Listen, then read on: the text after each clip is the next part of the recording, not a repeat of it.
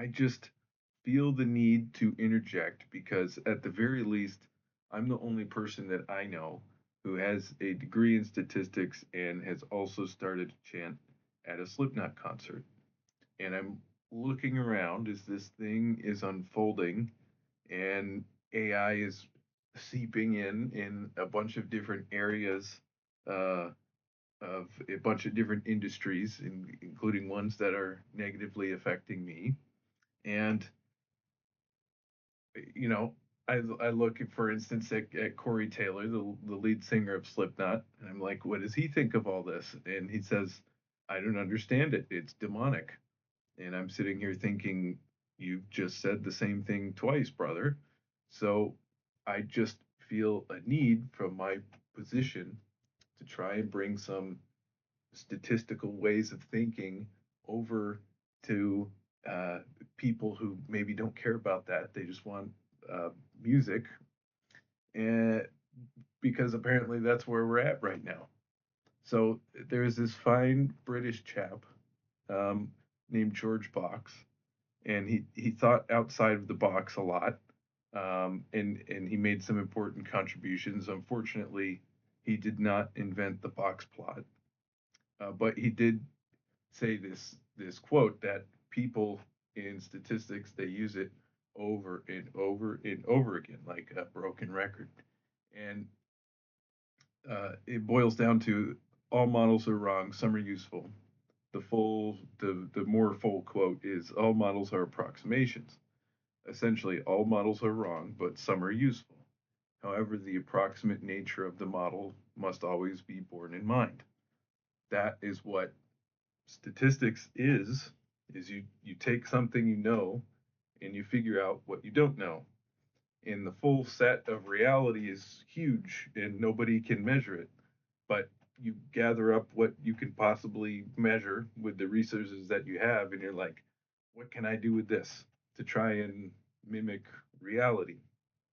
And that's what's happening to music. It doesn't devalue anybody, and that's partially what I'm worried about is that people are going to feel that way, and then maybe if they stop producing music, then the whole flying circus stops here. So what is put it? It's useful starting back at okay, what is a model? So a model is just something that it's some representation of reality that serves some kind of a purpose. That's all it is. Like I can have a model boat and this was 3D printed and I can look at it and be like, ooh, look, it did the arches and everything and it did good things with the plastic. Or, I can play with it in a bathtub and go mer mer. And then when I'm done with it, I can, toss it like that. And what about this model boat? Is They have it in a big tank and they splash waves on it. Like why? So you can test out the design. So before you actually put people in a ship and send them through the Southern Ocean with a bunch of cargo on board, that that this thing is going to be able to tolerate the waves. What about this? This is a good model. So she was actually a dual purpose model. Uh, Lena, and I can't for the life of me find anywhere a video of anyone pronouncing her last name, but I think it's something like Borshane. But she was a jewelry model, and how do you know if a jewelry model? It doesn't take away from her being a person, but as a model, how is the jewelry model useful? If you bought the jewelry, and so she was also this model in the world of image compression. So what do I mean by that? So you have like the full resolution picture of something. There's a lot of data there, but it's costly to just send huge amounts of data all over the internet. So you take a photo and you try and extract as much of the data as you can out of it so that it's a smaller file so that you can send more stuff. So you're like, all these guys that they test out their algorithm, and it's like, well, did what come out of it has less data, but is she still hot and can you still see the details on the feathers? If yes, then it's good enough.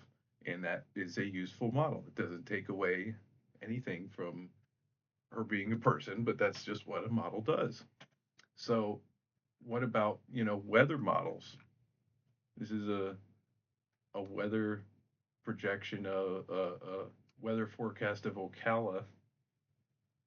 Okay, well, what's the point of this? You gather all this atmospheric data and it, do all these projections. Like, why? So that you and I can know, should I put a jacket on tomorrow? Should I bring a rain jacket? Should I be worried about some kind of devastating hurricane coming my way? Okay, so if it says 0% chance of rain tomorrow, and then I go without a jacket and it rains on me, then I'm like, this stupid model, why do we pay these people to do this stuff? And but then if it was successful, you're like, great. So with all that considered, I come back to music and I'm looking at the music models that are coming out, and I think, what is it that we're doing with this? So let me look at the biggest one. So what does the CEO say? He says, you know, without trying to bring out any pitchforks or anything, because I study this kind of stuff and I understand and I think it's cool too. And so he's like, former mediocre musician. Okay, so it's like, if he was bad at music and he was good at statistics and computer science, it's like, what else was he gonna do? Just roll over? I mean, he's gonna do something with his life. But the problem is that I'm not seeing this language being separated out. So I see people like Adam Neely. He had this video on this, the con, consumptive outputs or whatever. But that's the CEO, is he's literally telling you what it is. He was trying. It was almost like he was trying to tell you it's not music. And so let me go on their page here, and I search music, and it's like, art is music. Music is art. Sorry, art is human expression. Music is art. But it's like, if you search on this website, the myriad contexts in which this thing is used, it's so colorful. It's like you're throwing what music is all over the place. When to me it seems so evident that it's like music comes out of a human. This output, it's model output. That's what it is. When it enters your ears, it tricks you into thinking that you're connecting with something that's not there, because music is experienced. It was like a music company, the joy of musical expression to everyone. Okay, but then it says right here, world's best music model. That's literally, they're telling you what it is.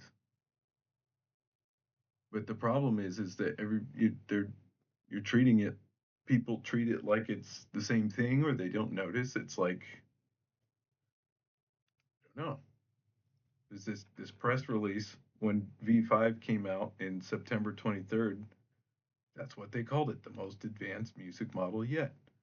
But then what's going to happen is, the more money that they're making out of this stuff, and the stakeholders have more incentive to tell you that this is music and this is the future of music.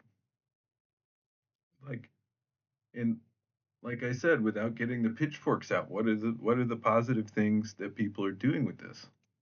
It's like, why, I see, for example, this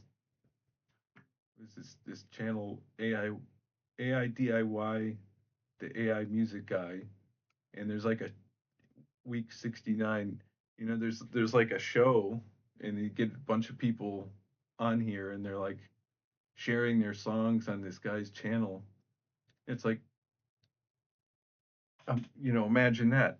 There's people are they're just expressing their feelings, and maybe modeling that musically, and then make a video and share it with other people and see what they think of that. Cool, right? What is Brazil doing? I saw this. I was in Brazil recently. It was great. There was there's this show. They made it into a game show. AI, the song-ai.com, and that's what it says. Welcome to the show. And it's almost like what do you call it? The Voice, where you make like an AI artist and you have a competition. I see this as like, this is about what you would do with this stuff, and I would see how this would just, in my eyes, be inherently non-threatening to a culture like Brazil, because what are they steeped in? What is their context culturally as to what is music? If you grow up and this is, you know, this is the kind of stuff.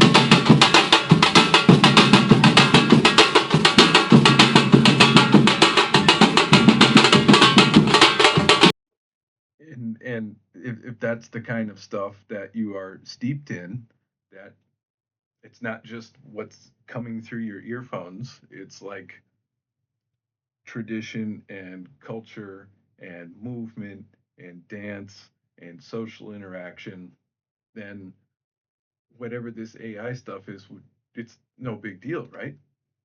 I mean, look at this.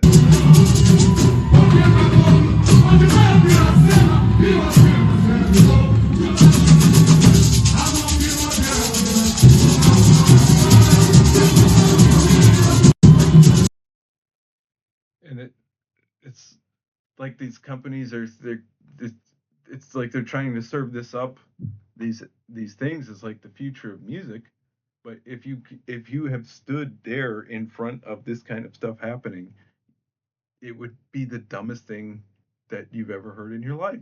It's just, this is what it is. It's a game show, or it's people, sharing their feelings in a community.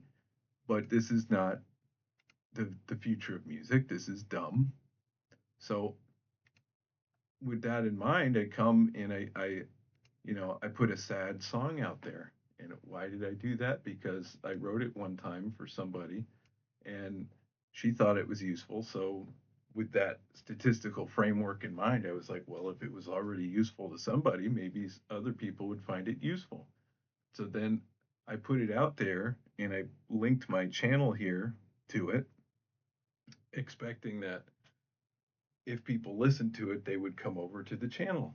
And right now, I'm sitting at almost 3K on Spotify, but everywhere, I've got about 5,000 streams.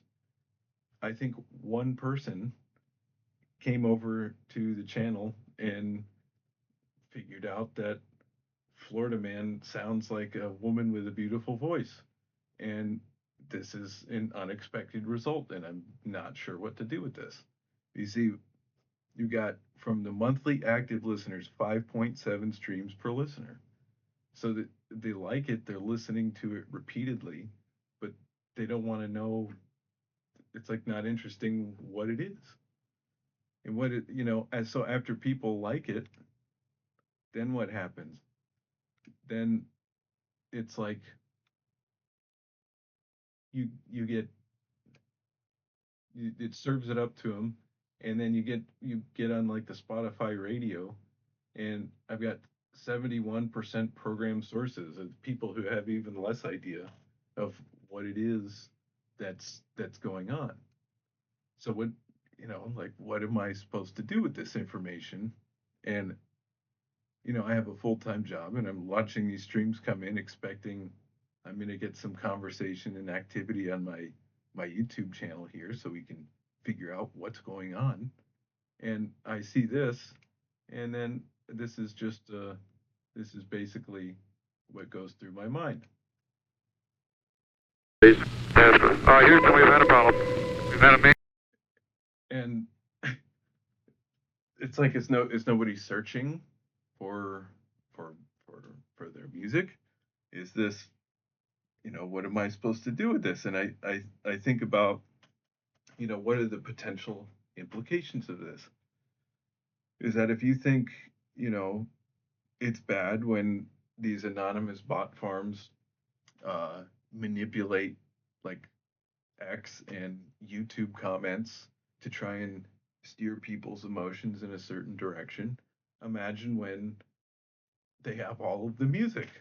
And this is just a point in and of itself. I feel like that this sounds like a beautiful voiced woman singing a sad song, and there is a Florida man with a dinosaur barbecue sauce shirt sitting over here telling you exactly who he is, and nobody came over to check it out. So, what are we supposed to do?